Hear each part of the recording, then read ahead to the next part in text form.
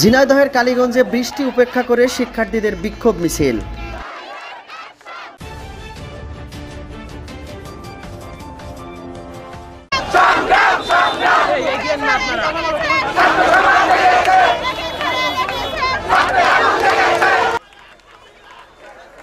ঝিনাইদহের কালীগঞ্জে বৈষম্য বিরোধী শিক্ষার্থীদের 9 দফা দাবি আদায়ে বিক্ষোভ মিছিল ও সমাবেশ করেছে সাধারণ শিক্ষার্থীরা। শনিবার বেলা 11:30টার দিকে আন্দোলনকারীরা শহরের মেন বাস স্ট্যান্ড থেকে এক বিক্ষোভ মিছিল বের করে। মিছিলটি শহরের প্রধান সড়ক প্রদক্ষিণ শেষে মেইন বাস স্ট্যান্ডের ট্রাফিক চত্বরে এসে সমাবেশে মিলিত হয়।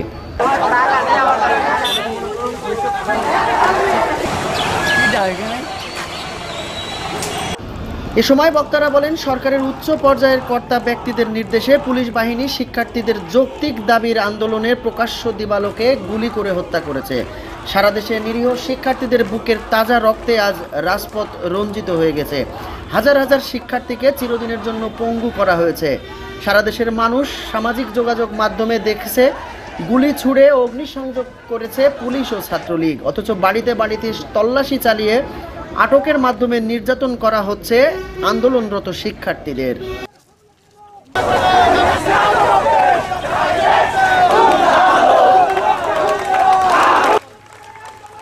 আন্দোলনকারীরা হুঁশিয়ার উচ্চারণ করে বলেন, আন্দোলন চলতে থাকবে, লক্ষ্যে পৌঁছাতে আর অল্প কিছু সময় বাকি আছে।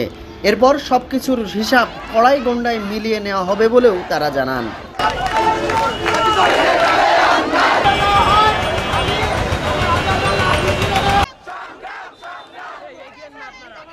এর আগে শুক্রবার বিকেলে বৈষম্য বিরোধী আন্দোলনে সাধারণ শিক্ষার্থীরা শহরের মাহতাবউদ্দিন কলেজ থেকে মিছিলের প্রস্তুতিকালে পুলিশের লাঠিচার্জে ছত্রভঙ্গ হয়ে যায়। এ সময় পুলিশের লাঠিচার্জে 5 শিক্ষার্থী আহত হন। পুলিশ ঘটনাস্থল থেকে 5 শিক্ষার্থীকে আটক করে থানায় নিয়ে যান। পরে বিকেলে তাদেরকে ছেড়ে দেওয়া হয়। থানার সামনে নিয়ে গিয়ে আমাকে গাড়ি থেকে ফেলে দিয়েছে। প্রিয় ছাত্র সমাজ, আমি আপনাদের সাপোর্ট চাই। আমি যখন কাল থানা থেকে মার খেয়ে বেরোই, আমাকে নিজেকে বড় অসহায় লাগছিল। আমি এখনো ধিক্কার জানাই আমার এই কালীগঞ্জের সেই সকল মানুষদের যারা কাল ভেবেছে যে আমি তাদের সন্তান নই। আমি সকলের উপস্থিতিতে আমাদের এই দেশের সুব্যবস্থা চাই, সকলের সাপোর্ট চাই।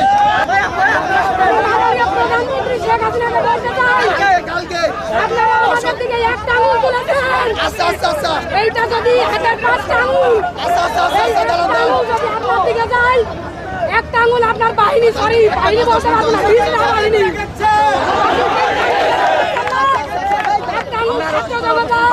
একটা আঙুল দেশের সাধারণ মানুষ, আর একটা আঙুল রইল আমাদের সাধারণ শিক্ষক সহ সাধারণ যারা চাকরিজীবী আমাদের পক্ষে কথা বলেছে।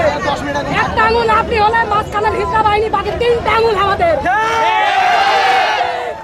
মাঠে নেমে আসুন, আরে রাজপথে আয়, আমরাও তোদের অপেক্ষায়।